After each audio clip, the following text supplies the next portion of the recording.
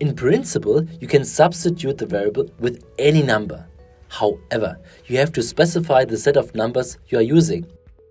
The set out of which you can insert numbers is called domain. As an example, we could specify that you are only allowed to insert numbers from the set 1, 2, 3 or the set 4, 5, 6. Let's choose 5, 6, 7 as our domain. That means we substitute the variable with 5 and observe what happens to our x in the normal world. In most cases, the set of natural numbers is the domain. And in most cases, the domain is not given explicitly when it comes to inserting into variables. Let us grab number 5 from our domain and insert it. As you can see, something exciting is happening. As soon as the number 5 is inserted, our x in the normal world changes. Before, x referred to the empty variable.